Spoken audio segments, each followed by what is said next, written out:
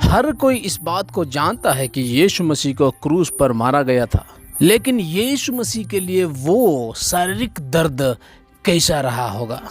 इससे पहले कि हम इसके बारे में चर्चा करें, मैं आपको इसके बारे में थोड़ा जानकारी देना चाहता हूँ। यशायाह उसका 53:4 से 6 तक, निश्चय उसने हमारे रोगों को सह लिया और हमारे ही दुखों को उठा लिया, तो भी हमने उसे परमेश्वर का मारा कुटा और दुर्दशा में पड़ा हुआ समझा। परंतु वो हमारे ही अपराधों के कारण घायल किया गया, वो हमारे ही अधर्म के कामों के कारण कुचला गया, हमारे ही शांति के लिए उस पर ताड़ना पड़ी कि उसने कोड़े खाने से हम लोग चंगे हो जाए। हम तो सब के सब भेड़ों के समान भटक गए थे, हम में से हर एक अपने अपने मार्ग ले लिया, और यहोवा ने हम सबों के अधर्म का बोझ उसी पर लाद दिया। यीशु मसीह मेरे अधर्म के लिए, आप लोगों के अधर्म के लिए, सारे संसार के अधर्म के लिए वो क्रूस पर चढ़ गए।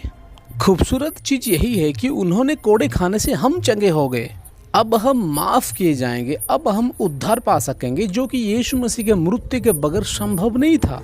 मैं आशा करता हूँ कि ये वीडियो आपको परमेश्वर की गहराई प्रेम को समझने में मदद करेगा कि उन्होंने आपको माफ़ करने के लिए और अपने परिवार में मिलाने के लिए वो कितना दुख उठाए। आज इस वीडियो में हम उस यीशु मसीह के शारीरिक दर्दों को समझने की कोशिश करेंगे। यीशु का मृत्यु भयानक और बहुत ही दर्द से भरा हुआ था। तो चलिए शुरू करते हैं। अपने चेलों ने छोड़ने के बाद और एक रात में दर्द से भरा हुआ प्रार्थना के साथ यीशु मसीह को पकड़ा गया। एक निर्दोष को झूठी गवाहों के बीच में लाया गया, और जब उनको सवाल पूछा जा रहा था तब रोमियो सैनिकों के द्वारा उनको बहुत ज़्यादा मारा गया, थप्पड़ मारा गया। उनके आंखों में पट्टी बांध के कई सारे लोगों के द्वारा उनको थप्पड़ मारा गया, थूका गया और मजाक उनसे किया गया। रात भर उनके साथ मजाक करने के बाद, मारने के बाद, ताड़ना देने के बाद, बिना सोए बिना खाए सुबह उनको पिलातुस के पास लिया गया, और यहाँ पे उनको भयानक तरीके से कोड़े मारा जा रहा है।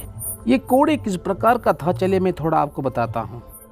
ये एक ऐसा चाबुक थी जो कि बहुत सारे चमड़ियों की धागे से बनी होती थी, और हर एक चमड़ी के धागे के आखिरी में हड्डी या फिर ब्लेड के दो दो टुकड़े बंधे होते थे। सबसे पहले यीशु के बाहरी कपड़े उतारा गया और उनको एक खंभे में हाथ ऊपर करके बांधा गया, और रोमियो सैनिक उसके पास आता है चाबुक लिए हुए और उसको मारना शुरू करता है। पहले तो उसके पीठ में, कांध में और पीछे की लेग्स में मारना शुरू करता है, और धीरे धीरे करके उसके बाहर के हर चमड़ी को उधेड़ देना शुरू करता है। लेकिन जैसे ये मारना जारी रखते हैं, उस चाबुक में बंधे हुए उस हड्डी और ब्लेड्स के जरिए चमड़ी के अंदरूनी हिस्सों में भी कट्स लग जाते हैं, जिसके वजह से बहुत ज़्यादा खून निकलने लगती है।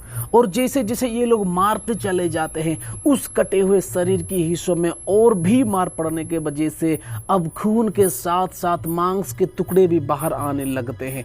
इस प्रकार से ये खून की बहुत ज़्यादा बहने लगते हैं, और इस प्रकार ये स्कॉर्चिंग, कोड़े मारना खत्म हो जाता है। मसीह को इतना मारने के बावजूद इन लोगों का मन ठंडा नहीं हुआ कि ये लोग एक कांटों का मुकुट बना के उनको पहनाए, और ये सब इसलिए किए क्योंकि उनको पता था कि यीशु मसीह खुद को राजा होने का दावा किए हैं, इसलिए ये लोग ये सब कर रहे थे। उसके साथ साथ उनको एक हाथ में लाठी दिए हुए और उनके ऊपर वो मारना शुरू किए, उस कांटों के मुकुट के ऊपर मारना शुरू किए।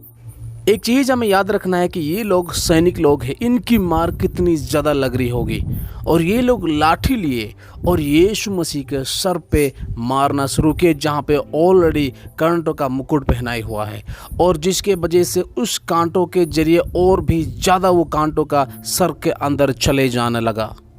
उसके बाद इनको मजाक करने के लिए जो ये लोग राजा के लिए एक कपड़ा पहनाए थे, उस कपड़े को बहुत ही लापरवाही की तरह खींचने लगे, जिसके वजह से अंदर से बहुत ज़्यादा दर्द होने लगा। ये चीज़ फिर से कोड़े खाने से कोई कम का दर्द नहीं था। इतने से यीशु मसीह का दर्द भरा कहानी ख़त्म नहीं हो रहा। इतने मार खाने के बाद उसके बाद उनको एक बहुत बड़ा क्रूस लेके जाना पड़ता है, जो कि इतना खून बहने के बाद, इतने मांस टुकड़े बाहर निकलने के बाद, मसल्स नष्ट होने के बावजूद वो ये सब कर रहे थे। लेकिन यीशु मसीह का शरीर जवाब देने लगता है। उसके बाद सिमोन नाम का एक आदमी क्रूस गलगता तक ले जाता है। गलगता में पहुंचने के बाद एक क्रूस के ऊपर उनको लेटाने के बाद दोनों हाथ और पैर में कांटे मारे जाते थे। हाथ में कांटे जो मारे जाते थे वो एक छोटी हड्डी के बीच में मारी जाती थी। सोल्जर एक ऐसा जगह ढूंढ के वो कांटे को वहां पे मारते थे।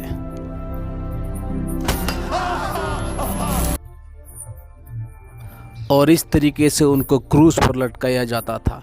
जब वो क्रूस पर होते थे तो उनका सारा बोझ जो है हाथ से होते हुए नीचे की ओर झुक जाता था। तब सारा दर्द उंगलियों से होते हुए उनके ब्रेन की तरफ भागने लगती है। लेकिन इस दर्द को कम करने के लिए वो अपना सारा बोझ पैर पर देना शुरू करता है और खुद को ऊपर की तरफ पुश करते हैं, लेकिन इसमें भी बहुत ज़्यादा दर्द पैर में लगता है और वो एक ऐसे स्टेट में पहुंच जाते हैं जहां वो खुद को और आगे की ओर पुश ही नहीं कर पाते और उसके बाद छाती के दोनों तरफ के मांस पैरालाइज हो जाते हैं और इस क्षेत्र में वो सांस ले तो सकते हैं लेकिन सांस वो छोड़ नहीं सकते। बहुत ही छोटे छोटे सांस लेकर घंटों तक इनको संघर्ष करना पड़ता है। इसी तरह घंटों की संघर्ष करने के बाद जब वो आखिर में सांस ले नहीं पाए, एक आखिरी बार शरीर को खींचते हुए उन्होंने चिल्लाते हुए ये कहा, पिता मैं अपनी आत्मा तेरे हाथ सौंपता हूँ, और यह कहकर प्राण छोड़ दिए।